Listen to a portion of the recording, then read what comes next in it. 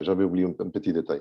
C'est un sujet, en effet, d'actualité aujourd'hui, et plutôt après la campagne électorale aux États-Unis qui est devenue, a mis en vedette ces termes qu'aujourd'hui les gens parfois ont du mal à comprendre, des autres ont déjà trop entendu, les fake news.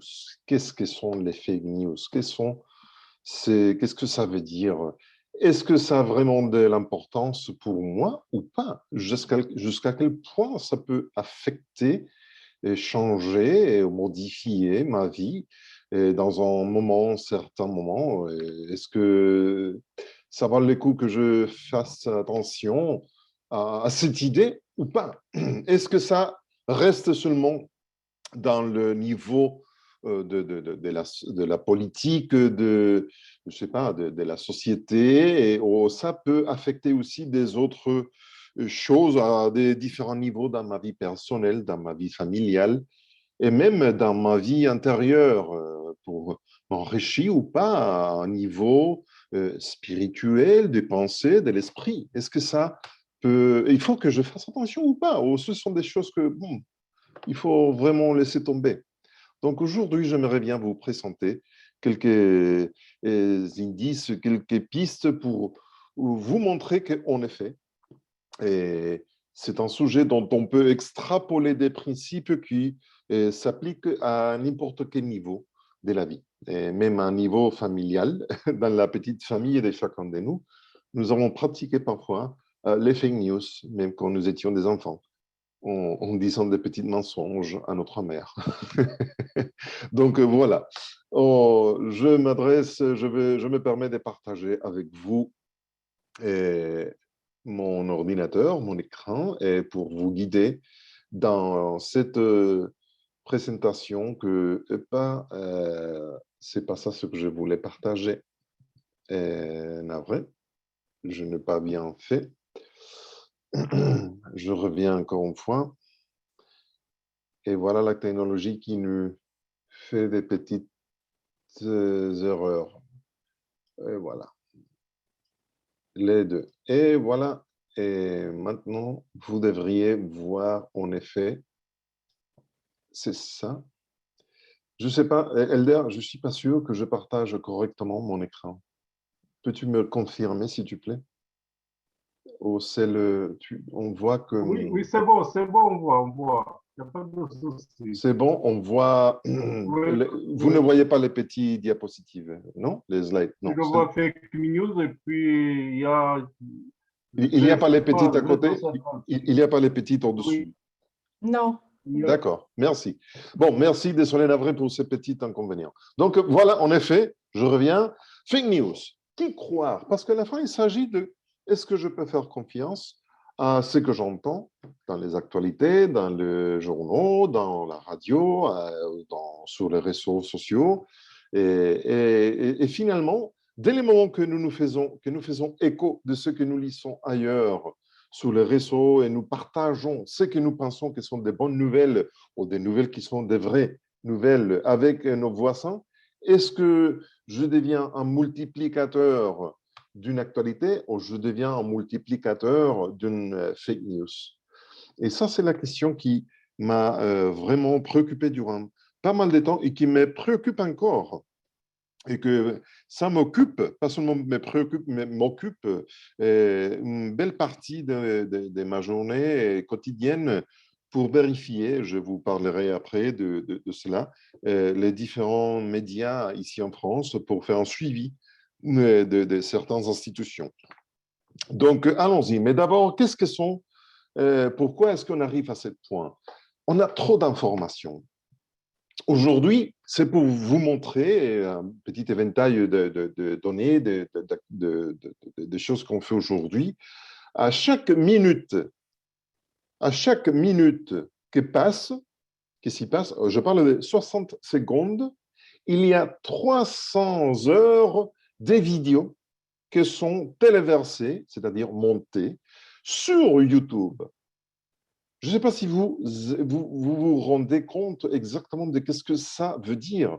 Nous aurions besoin de presque 2 semaines sans arrêt, nuit et jour, s'impose pour regarder toutes les vidéos publiées sur YouTube dans une seule minute.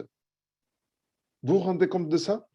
Donc, dès que je commençais à parler jusqu'à maintenant, si nous comptons une minute, nous aurions besoin de 2 semaines, 14 jours, pour regarder toutes les vidéos qui ont été publiées dans cette minute seulement sur YouTube. Et dans une seule journée, disons la journée d'aujourd'hui, 1440 minutes, ça fait 432 000 heures de vidéos. Nous aurions besoin de 18 000 jours, ou plus ou moins 49 ans, pour regarder toutes les vidéos qui ont été versées sur YouTube aujourd'hui, seulement aujourd'hui. La moitié d'une vie, un petit peu plus de la moitié d'une vie, 49 ans. Alors, comment est-il possible que la société aujourd'hui puisse digérer une telle quantité d'informations? Comment est-il possible que dans chaque seconde qui s'y passe, chaque 60 secondes, chaque minute, il y a 300 heures de vidéos à regarder? On n'arrive pas, c'est impossible. Mais encore, seulement aujourd'hui, je parle que d'aujourd'hui, cette journée, il y aura 350 millions de photos qui auront été, et qu'aujourd'hui ont été déjà publiées sur Facebook. Vous avez entendu de Facebook. 350 millions de photos publiées sur YouTube. Aujourd'hui, seulement aujourd'hui, nous parlons de 3 milliards de publications téléversées sur Snapchat. C'est un autre réseau social. Et aujourd'hui, je parle que d'aujourd'hui, 60 milliards, je ne parle pas des millions, milliards de messages ont été envoyés par WhatsApp. Alors, comment est-il possible qu'aujourd'hui, nous puissions arriver à tout lire, à tout recevoir? Aujourd'hui, seulement aujourd'hui, 95 millions de photos auront été publiées sur Instagram, si vous connaissez ce réseau social. Donc, et écoutez bien ça, parce que je reviendrai plus tard sur ces petits points, de ces 95 millions de photos qui seront publiées à la fin de la journée aujourd'hui sur Instagram, 40 milliards, je ne parlais pas des millions, milliards auront été partagés dans la journée. Alors, et c'est impossible qu'avec un petit portable et notre petit doigt, nous puissions arriver à regarder, à voir toutes les photos qui sont publiées aujourd'hui et moins encore toutes les photos qui seront partagées. Alors, ça veut dire que je monte une photo, mais il y a beaucoup de monde qui prend cette photo et partage avec des autres. Il y a des gens qui ne publient rien, mais qui partagent avec des tierces personnes, des amis, de la famille et des autres personnes. C'est incroyable la quantité d'informations qu'aujourd'hui on génère chaque jour. Donc, nous sommes constamment bombardés par toutes sortes de nouvelles, d'informations, d'images, des vidéos à chaque seconde de la journée. Je ne parle pas des heures précises, chaque seconde de la journée. Le problème n'est pas de recevoir des informations, il n'y a pas de problème. Mais le problème, c'est de décider quelles informations choisir, quelles informations lire. Ça, c'est le problème. On a trop de choix. Et il faut vraiment choisir. Alors, qu'est-ce que je dois lire? On n'arrive pas. C'est un vrai problème. Avec tout un tel flot de données, nous ne prenons pas le temps de vérifier si la source est fiable et si l'information est aussi véridique. Et voilà les problèmes. On est tellement débordés que nous passons déjà pas mal de temps pour choisir, décider qu'est-ce que nous allons lire et partager. Donc, ne nous reste presque rien de temps s'il reste pour dire, alors je vais vérifier si telle information est fiable, est véridique, et on peut faire confiance ou pas. Parce que si je dois commencer à vérifier toutes les choses qui arrivent aujourd'hui entre mes mains, alors je n'arrive jamais. Mais le point clé, c'est ça. Comme nous sommes tellement débordés, nous avons commencé à baisser le filtre de qualité au minimum. Et nous décidons presque par réflexe.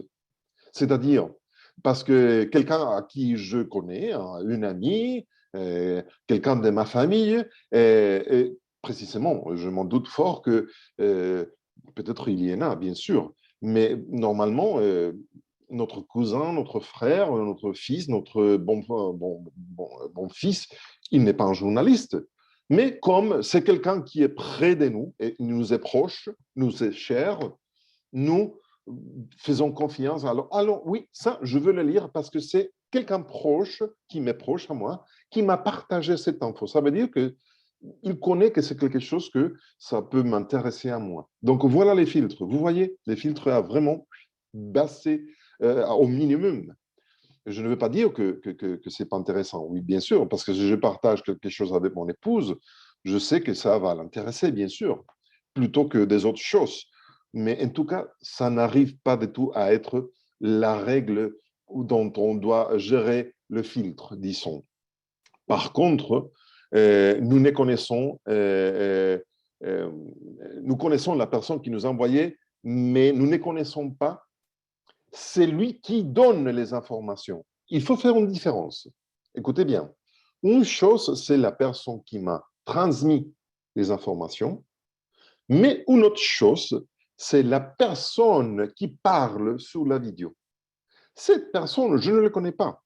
Et cette personne, bien sûr, je suis presque sûr, presque certain que celui qui m'a transféré cette vidéo ne la connaît non plus.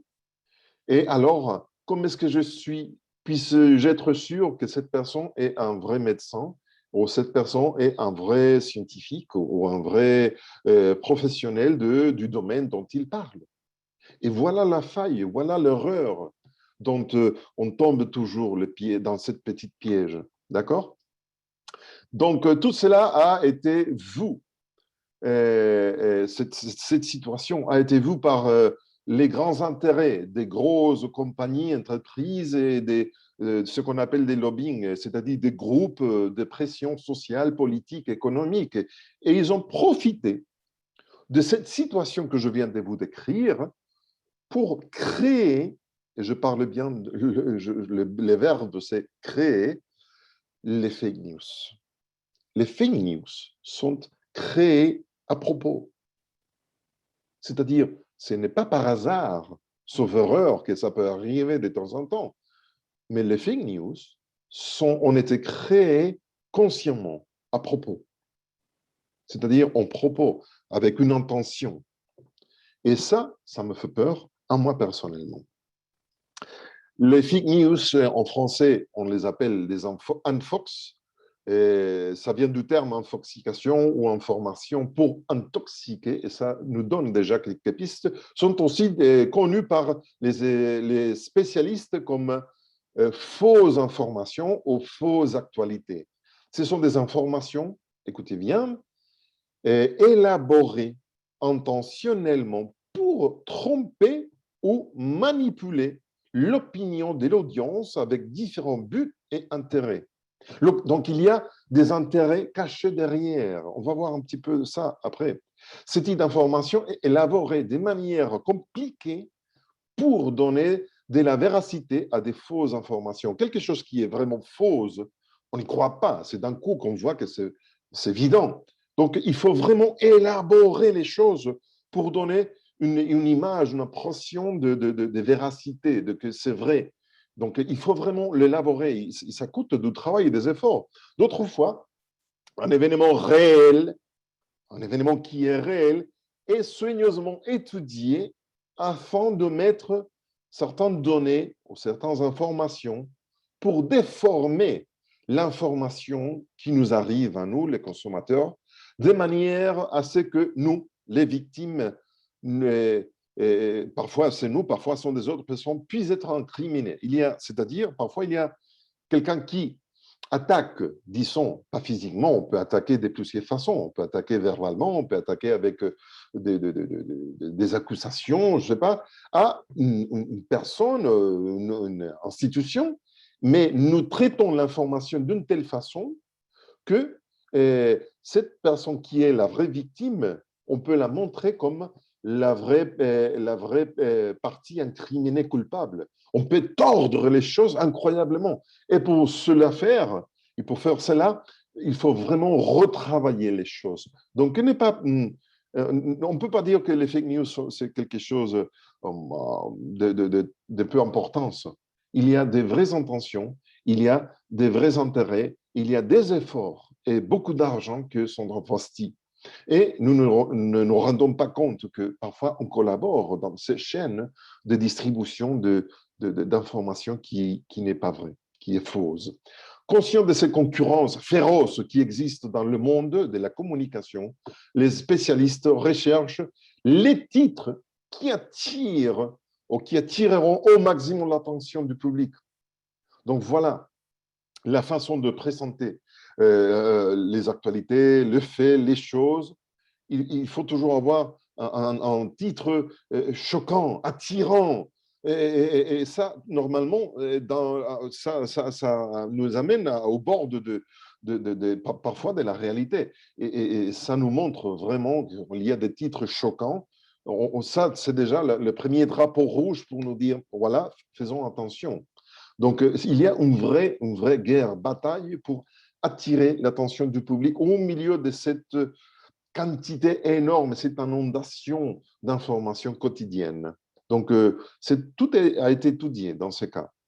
Les publications utilisées pour faire les fake news, pour distribuer, diffuser des fausses informations, peuvent être de deepfakes. De deepfakes, ce sont des vidéos manipulées. Donc, avec un ordinateur, on peut pas prendre une photo disons, Obama dans Macron, ici en France, et lui faire dire des choses qu'il n'a jamais dit. Et c'est vraiment difficile à dire, mais c'est lui qui l'a dit. Mais c'est vraiment difficile de nous rendre compte que c'est une vidéo manipulée. Aujourd'hui, la technologie nous permet de faire ce type de choses. Ça fait vraiment peur. Il y a aussi une autre façon de manipuler la mentalité du grand public, c'est la satire. On peut publiquer, nous pouvons nous moquer de quelqu'un qui est l'opposition du gouvernement ou l'opposition ou la concurrence d'une société, d'une entreprise ou d'un groupe social. Donc, la concurrence, bon, on peut nous moquer. En plus, ça rigole, ça fait rigoler. Et on ne se rend pas compte qu'en rigolant, il y a des idées qui rentrent dans notre esprit et qui commencent à normaliser des idées que d'un coup ou d'abord, nous avions pu dire, mais ça c'est faux, je sais que c'est faux, mais c'est drôle quand même. Non, il n'y a rien. Il n'y a rien de drôle dans ce type de satire intentionnée pour se moquer de certains groupes sociaux dans la société, dans un pays peut-être. Il y a aussi des publications virales, des faux encadrements d'images. Je vais vous montrer plus tard quelques exemples, des titres trompeurs. Il y a aussi la désinformation ciblée, c'est-à-dire l'omission de certaines données intentionnelles pour, voilà, dire seulement la partie qui m'intéresse à moi pour mettre en évidence, dans une mauvaise évidence, celui qui représente ma concurrence aujourd'hui. Et il y a une dernière qui a été très, très, très pratiquée par, disons, dans ces cas, Donald Trump ou des autres politiciens, répéter en mensonge jusqu'à la satiété, jusqu'à la fin, jusqu'à plusieurs fois, tous les jours, jusqu'à ce que ce mensonge puisse être crédible. Parfois, on répète tellement des fois un mensonge qu'on arrive à la croire. Et ça, c'est une tactique, une pratique qu'aujourd'hui, on a vu aux États-Unis récemment de répéter un mensonge tous les jours, une semaine, 2 semaines, un mois. Et les gens, finalement, y croient. Donc, faisons attention à tout cela. Donc, ici, il y a un exemple. Ça, c'est le prince d'Angleterre. Et voilà, je ne sais pas si cette photo vous fait rigoler, mais cette photo, si je la laisse là-bas, je peux vous montrer une fausse et très mauvaise idée de qui est le prince. Parce que si je vous montre une autre photo depuis un autre angle, vous voyez que en effet, il montrait trois droits parce qu'il parlait d'une autre chose. Sauf que la première photo a été prise depuis un angle qui paraît quelque chose de différent. Donc voilà, il était très impoli apparemment, mais non, il parlait. Vous voyez, c'est la même photo, il est à côté de la porte de la voiture, ici c'est pareil, on est dans la même situation, le même instant, et sauf qu'il y a deux caméras différentes qui ont pris la photo au même instant, mais que nous montrent deux réalités apparemment différentes, mais c'est la même réalité. Vous voyez, on peut vraiment tromper à l'audience. Alors, si je veux être maladresse, je veux être malveillant vers la figure du prince d'Angleterre, je choisirai la première photo et je ne montrerai jamais la deuxième. Vous voyez, c'est très facile. Malheureusement, très facile. Ici, il y a une autre photo que ça montre un soldat américain, si je ne me trompe pas, qui est, je crois que c'est en Irak, qui est apparemment en train de menacer un petit enfant. Vous voyez, apparemment, l'enfant, il a peur. Mais c'est faux. Alors, ça dépend de quel média ou qui, avec quel intérêt, veut montrer ou causer une impression dans mon esprit, dans mon pensée, dans l'opinion que j'ai sur certaines situations. Je veux couper la photo telle que vous la voyez. Mais si je vous montre la photo telle qu'elle a été prise, alors ça change. Et ça change énormément. Nous voyons le soldat, il est en train de jouer un match, un petit peu du tennis avec des autres enfants. Tout le monde est en train de sourire, de rire, voilà, de passer un bon moment. Et c'est l'enfant seulement qui, dans ces contextes, vous voyez que peut-être il est en train de dire quelque chose, ou voilà, de se couvrir pour la balle, je ne sais pas. Mais voilà, il y a une énorme différence. Vous voyez, c'est une différence énorme. Voilà le principe des fake news. Aujourd'hui encore, et je reviens maintenant en France, et plutôt à Paris, et ici je vous montre une capture d'écran de Télé-France TF1. D'accord? C'est la TF1. On voit ici, voilà, un moment d'une manifestation publique. Voilà, à gauche, vous voyez, il y a pas mal de monde derrière. Voilà, apparemment, c'est une manifestation où il y a pas mal de monde dans la rue. Et voilà, il y a une foule apparemment dans cette rencontre, dans cette manifestation. Donc, ça donne puissance au message. Je ne me souviens pas quel est le message, mais apparemment, ça donne puissance, un soutien, un appui populaire au message qui est en train d'être déclaré dans ces moments, aux actualités. Mais quelqu'un, dans ces moments, il a pris une photo avec son portable depuis un étage, un bâtiment. Et voilà la vraie photo. On rigole, mais vous voyez, c'est la même personne avec son foulard rouge et la même bannière derrière, rouge, c'est le même drapeau. Et voilà, donc c'est monsieur le caméraman qui a coupé l'image juste pour montrer ce qui intéresse et pas le reste. Donc vous voyez, la rue est vraiment vide. Il y a presque plus de monde autour. Je parle des journalistes. Il y a presque plus de journalistes que des personnes qui sont derrière celui qui parle. Donc, vous voyez, ça, ce sont des fake news. Et ça, c'est TF1. C'est ici, en France. D'accord? Et en plus, on parle d'un média qui est vraiment populaire et que ça devrait nous faire réfléchir à ce que nous voyons, écoutons, regardons dans les médias. Bref, continuons. Ces manipulations peuvent être dues à plusieurs raisons. L'intérêt économique, pour capter un public plus large, une audience plus large que les autres médias, donc la compétence, vous voyez, je veux compétir, je veux avoir plus d'audience que la concurrence, parce que ça veut dire que j'aurai plus de sociétés qui veulent payer pour la publicité dans ma chaîne que dans l'autre. Et il y a aussi les intérêts politiques, faire pression. Il y a aussi les intérêts personnels, parfois, des intérêts personnels, parce que, voilà, tout simplement, telle personne, voilà, je ne suis pas trop fan de cette personne, je ne suis pas trop sympathique, voilà. Donc, je veux essayer de lui faire un peu du mal, abîmer son image. ou discréditer la concurrence par peur. Parfois, je peur de perdre des choses, je peur que la concurrence finisse avec l'existence de ma société, par peur des mille types de différentes natures. Peur, d'accord?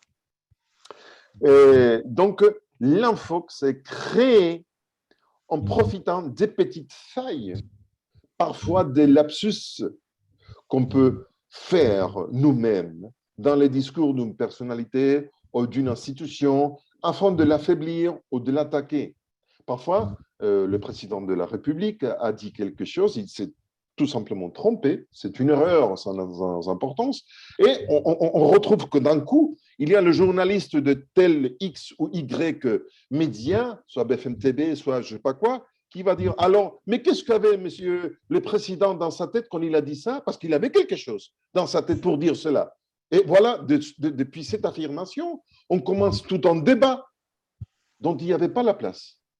Vous voyez, une petite lapsus, un petit lapsus, une petite erreur, et voilà, quelqu'un qui est vraiment à la chasse de tout cela va bien profiter de ça. Donc, l'infoxication, elle peut être utilisée pour rouvrir un débat qui était déjà clos, complètement clos, fermé, mais que parfois on voit, on écoute les journalistes dans les médias, dans les journaux, qui disent mais le débat est là, continuons à en parler. Il reconduit le débat que nous regardons à la télé. Donc, il y a toujours des petites nuances qui doivent nous faire suspecter. Et la suspicion doit être là-bas en tant que critique personnelle. Et tout cela, après, nous verrons que ça s'applique aussi à notre vie personnelle. Nous devrions vérifier d'abord le moteur, pas celui qui nous a transmis les infos. Parce que parfois, celui qui nous a transmis les infos, c'est quelqu'un de notre famille, ou c'est un ami à nous. Et si c'est un ami à nous, il connaît très peu. Mais je parle toujours de celui, la source, de celui qui parle dans cette vidéo, qui a écrit l'article, qui nous a transmis notre ami en commun. Et est-ce que c'est un compte vérifié? Il faut voir si la personne qui a publié pour la toute première fois a un compte vérifié. Dans plusieurs réseaux sociaux, il y a un petit badge bleu qui montre que c'est un compte vérifié, qu'il s'agit en effet de quelqu'un qui a été crédité par le réseau social. Et depuis combien de temps ce compte est-il ouvert? Je reçois pas mal de communications tous les jours, chaque jour, plusieurs par jour, plusieurs dizaines par jour. Et je vérifie si je ne connais pas la personne. Et je vois qu'il y a un certain nombre de fois que ce sont des comptes qui ont été ouverts il y a quelques jours, il y a quelques semaines. Donc, ce sont ce qu'on appelle des bots, des robots, c'est-à-dire des faux comptes qui ont été créés pour d'avoir commencé à transmettre des informations qui sont des fausses informations. Donc, est-ce que c'est un compte qui appartient à une personne réelle ou pas? Est-ce qu'elle a été ouverte récemment ou pas? Combien il y a-t-il d'abonnés sur ces comptes? Si c'est un compte qui vient d'être créé, il y aura très peu de personnes qui suivent cette personne ou ce compte. Quel contenu est généralement publié sur ces comptes? Ça, c'est une autre chose qu'il faut faire attention. Parfois, je reçois des demandes d'amitié sur Facebook, des personnes qui disent, voilà, je m'appelle Madame je ne sais pas quoi, et apparemment c'est une Française métropolitaine de 60 ans qui est veuve, et je commence à visiter, je reçois ça, je vérifie, j'y vais, je visite son profil, je commence à faire ce qu'on appelle à vérifier l'historique. Et d'un coup, il y a un moment où on voit une coupure et je vois que le compte appartenait à un jeune homme qui habite au Kenya et donc qui publiait des petites photos de sa petite vache, de sa petite chèvre. Et j'ai dit, dis donc, ce compte a été volé. Et quelqu'un a supplanté son identité pour changer le nom et faire une utilisation malveillante de ce compte. Il a essayé de me tromper parce qu'il connaît que je suis quelqu'un que je puisse influencer des autres en partageant certaines infos. Donc, immédiatement, je bloque, je dénonce, je dis ça, écoutez, c'est un faux, je refuse ce type de relation, d'interaction. En plus, je bloque. Il y a l'option de bloquer ces comptes.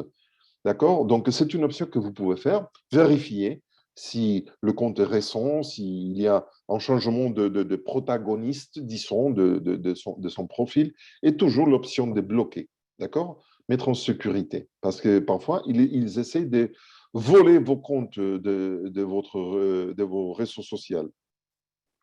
Bref, je continue. Euh, Vérifier les images, parfois, si on ne parle pas d'un compte, mais d'une vidéo qui nous arrive, ou des images, des photos qui nous ont transférées par quelqu'un qui nous connaissons, mais ce n'est pas lui qui les a prises, il nous retransmet les images.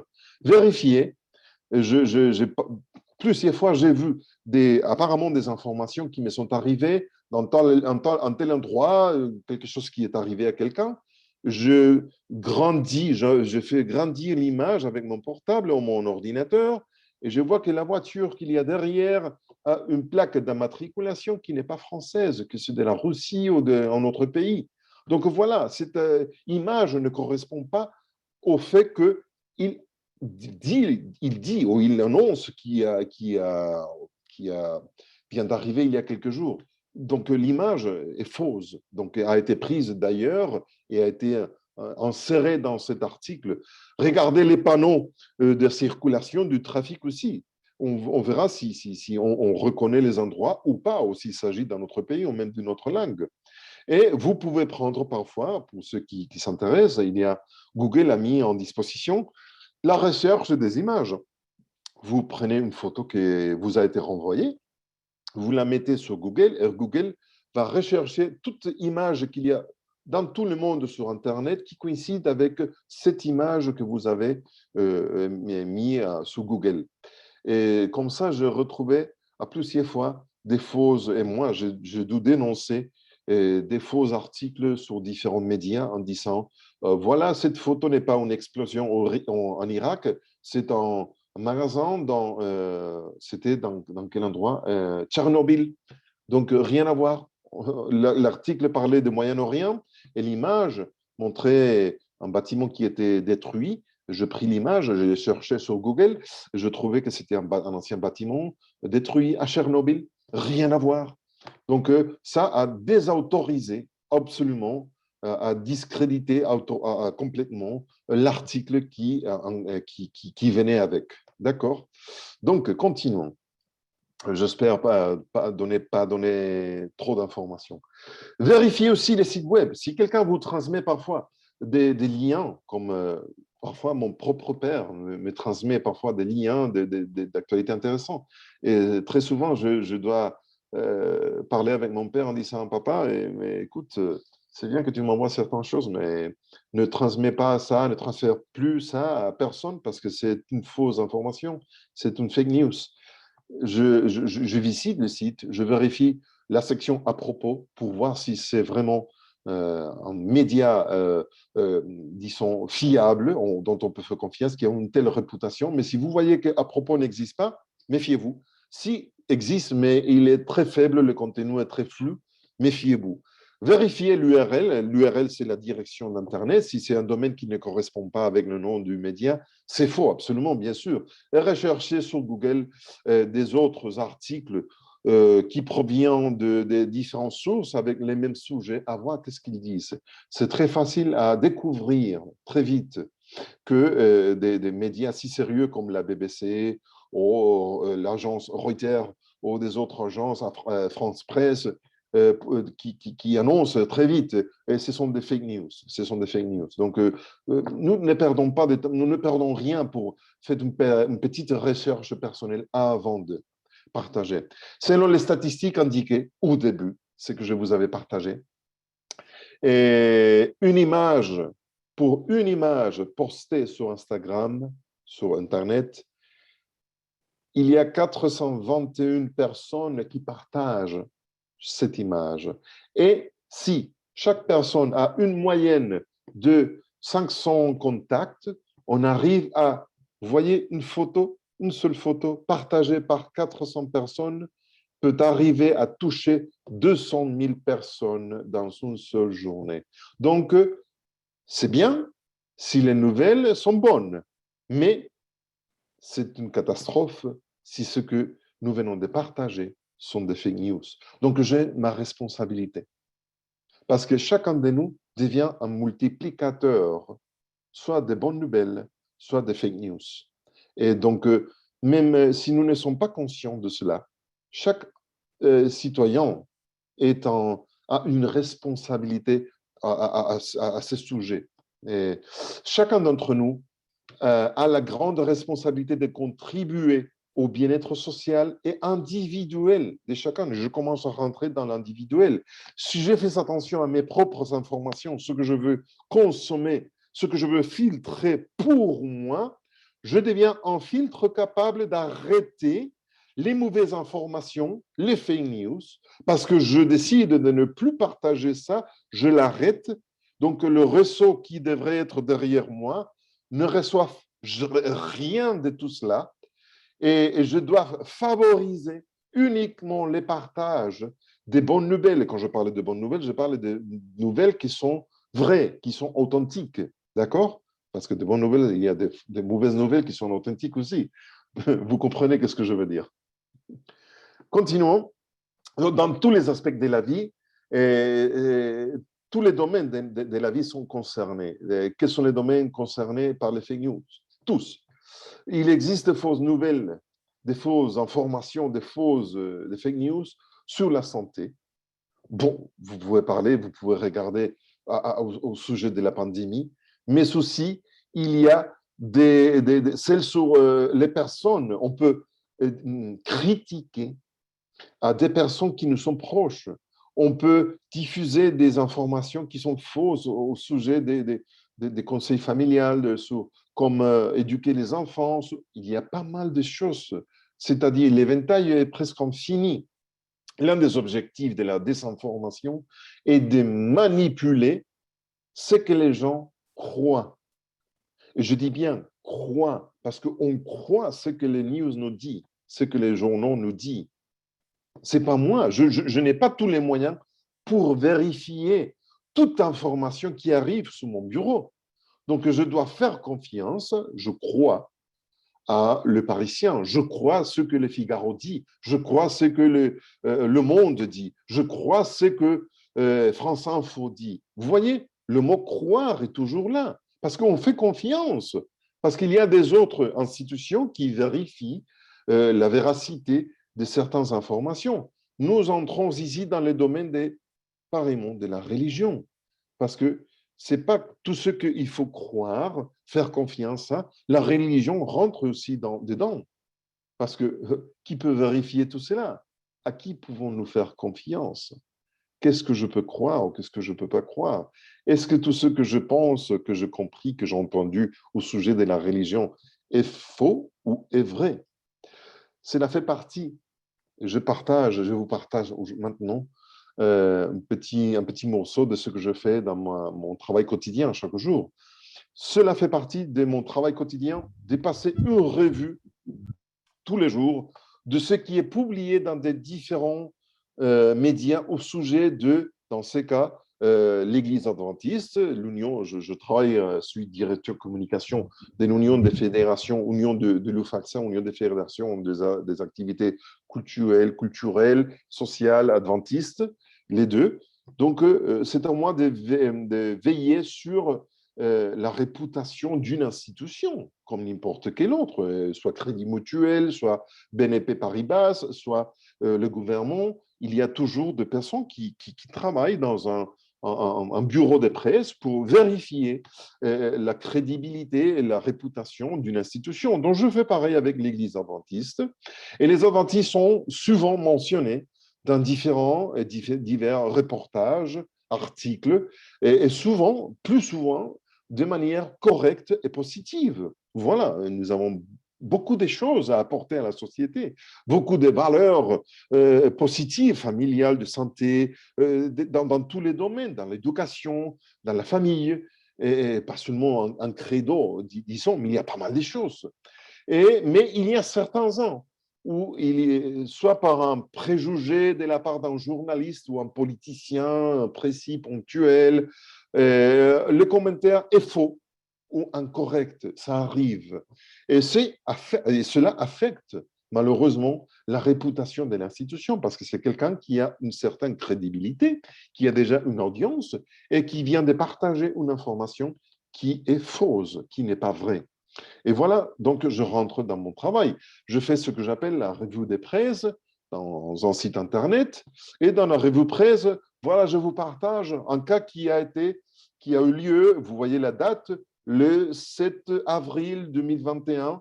Et ce n'est pas que CNews, le journal CNews.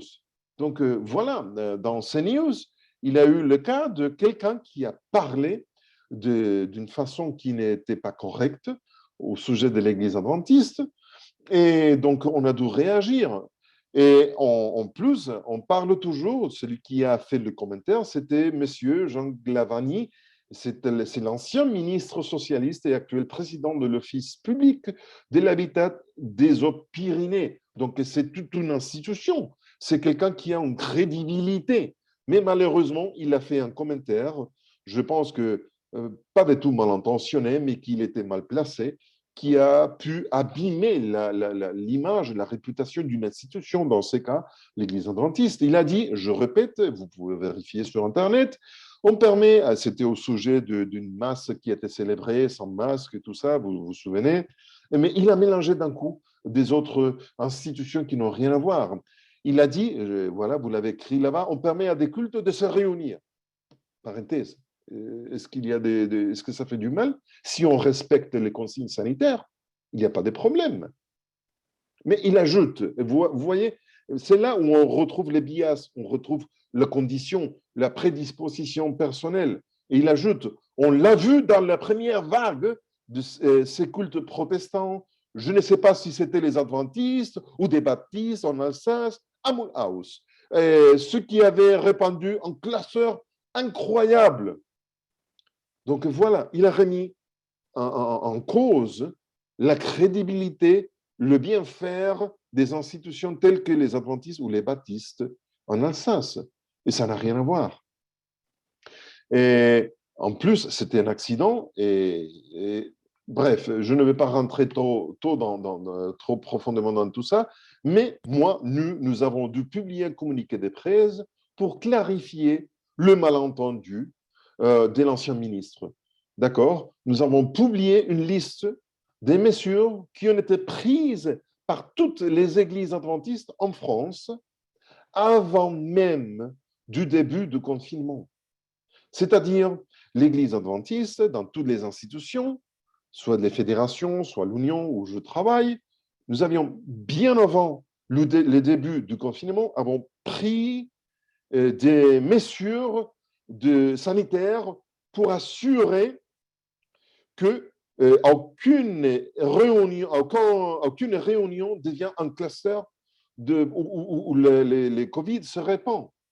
Et dans l'article, il y a toute une liste de liens où on fait liaison avec les articles, avec la date bien avant le 15 mars 2020, où on peut constater que tout cela a été publié. Et depuis ce jour-là, tout le monde a respecté les mesures.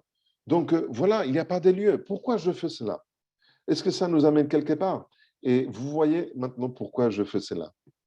L'objectif de cette publication est que toute personne souhaitant vérifier ce que vous devriez faire après ces échanges d'aujourd'hui, s'il y a quelqu'un qui souhaite vérifier si ce que l'ancien ministre a dit, c'est vrai ou faux, va faire une petite recherche sur Google.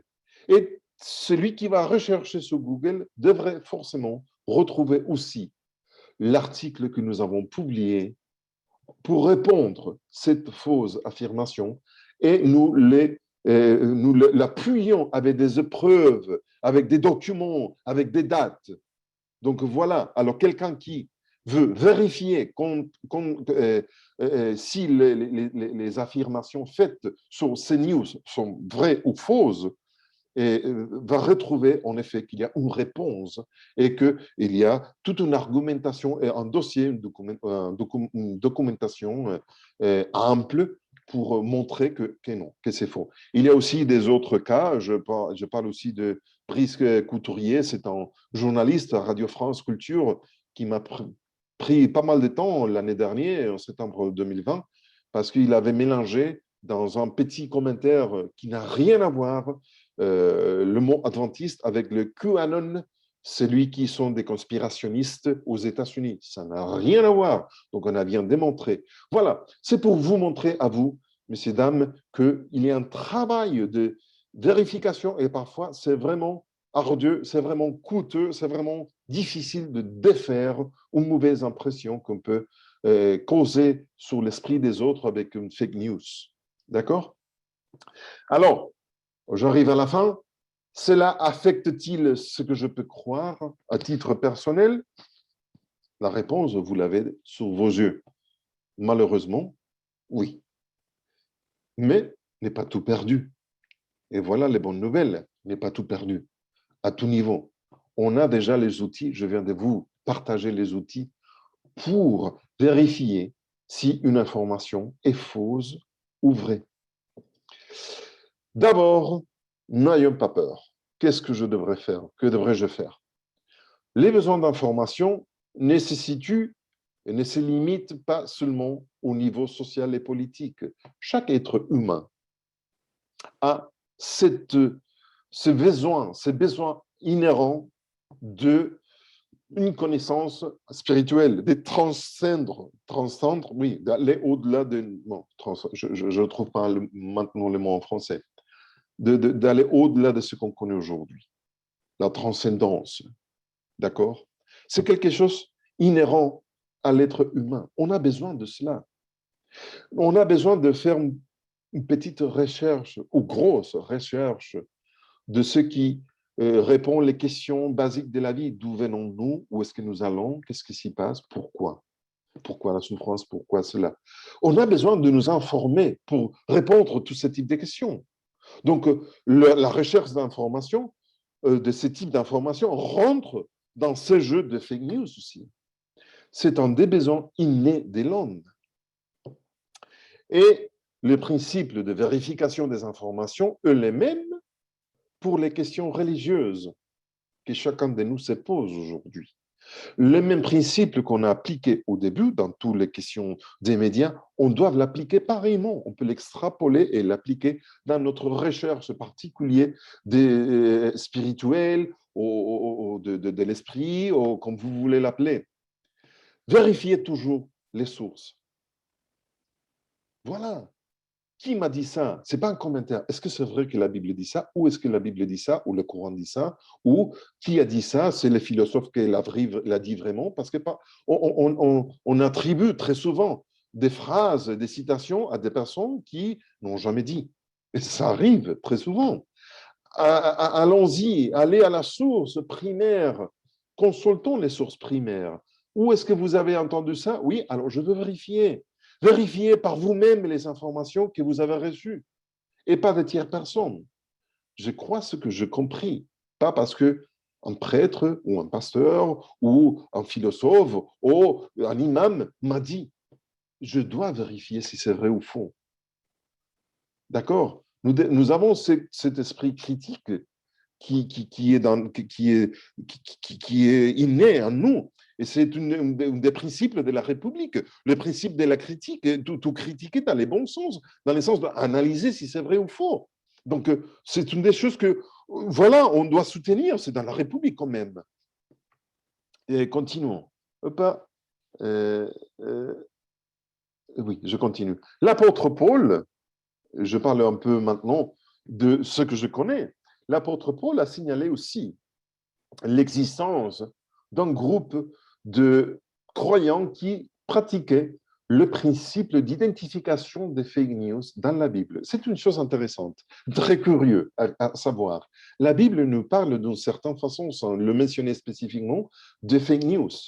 La vérification avec une source d'information autorisée. Alors, quelqu'un vient de m'aider quelque chose, je veux vérifier avec une source autorisée, vérifier avec les badges bleus, disons, aujourd'hui, ça sera les badges bleus dans les réseaux sociaux, si ça c'est vrai ou faux. Je vais contraster, je vais vérifier. Donc, et ça, on le retrouve plus précisément dans les Juifs béréens.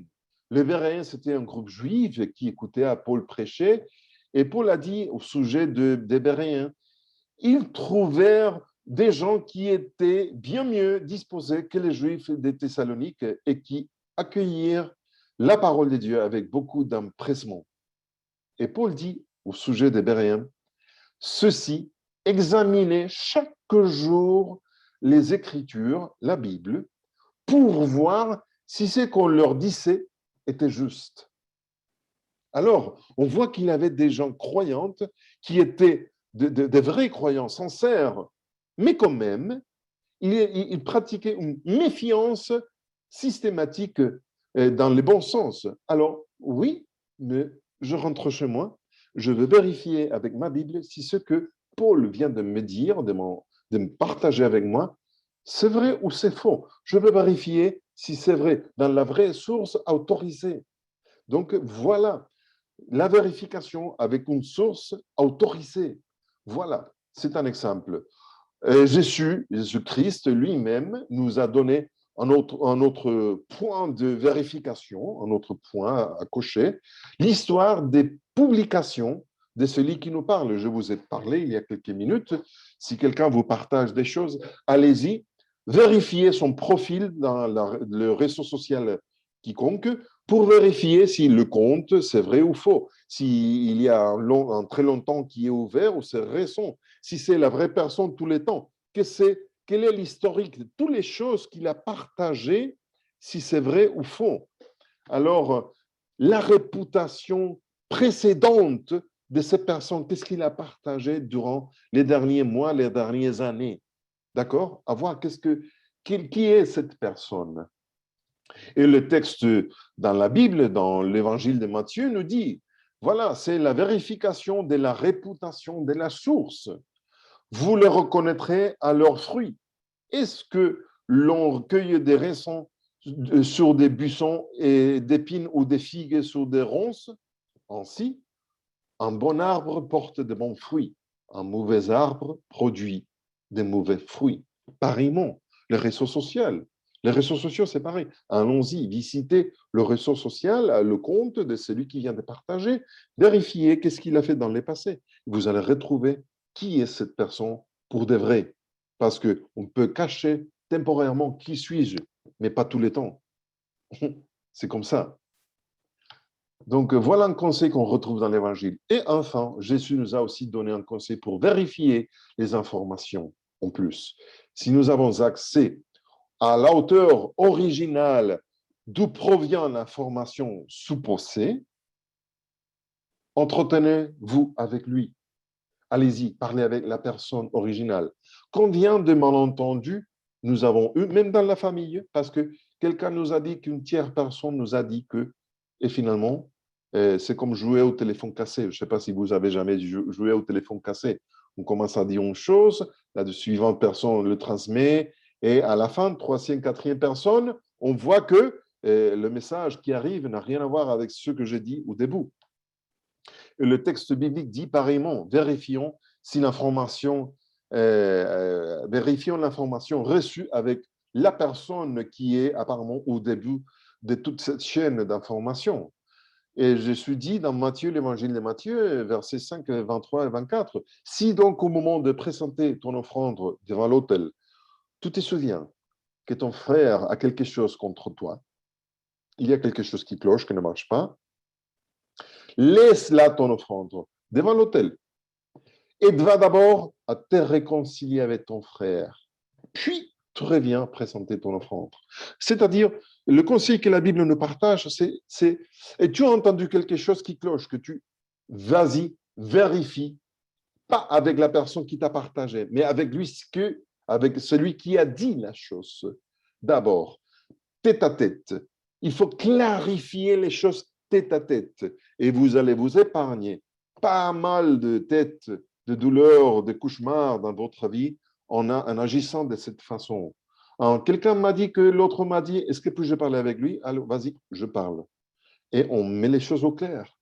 Et dans mon cas, en tant que pasteur, conseiller, je vous avoue que les 95% des gens qui se sont rapprochés de moi pour chercher la médiation de quelqu'un pour solutionner un conflit familial ou un conflit dans un groupe social, les 95% des cas, c'était une question d'un malentendu parce que les gens ne se sont pas mis d'accord pour clarifier les choses, mais ils ont que écouté des médias, des intermédiaires, des gens qui étaient au milieu. Et l'information a été mal transmise. D'accord? Donc, plus de fake news, on n'a plus besoin d'être des esclaves des fake news. Maintenant, je peux affirmer, je peux croire. Je peux croire. Et quand je parle de croire, je ne parle pas seulement de la foi. Je peux croire à les actualités de ce que dit le gouvernement français. Je peux croire à ce... Mais, je peux croire. Mais, il faut que je mette en pratique ces principes de vérification d'informations et jamais baisser la garde.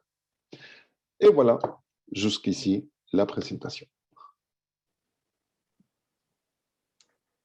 Merci, un grand merci Pedro pour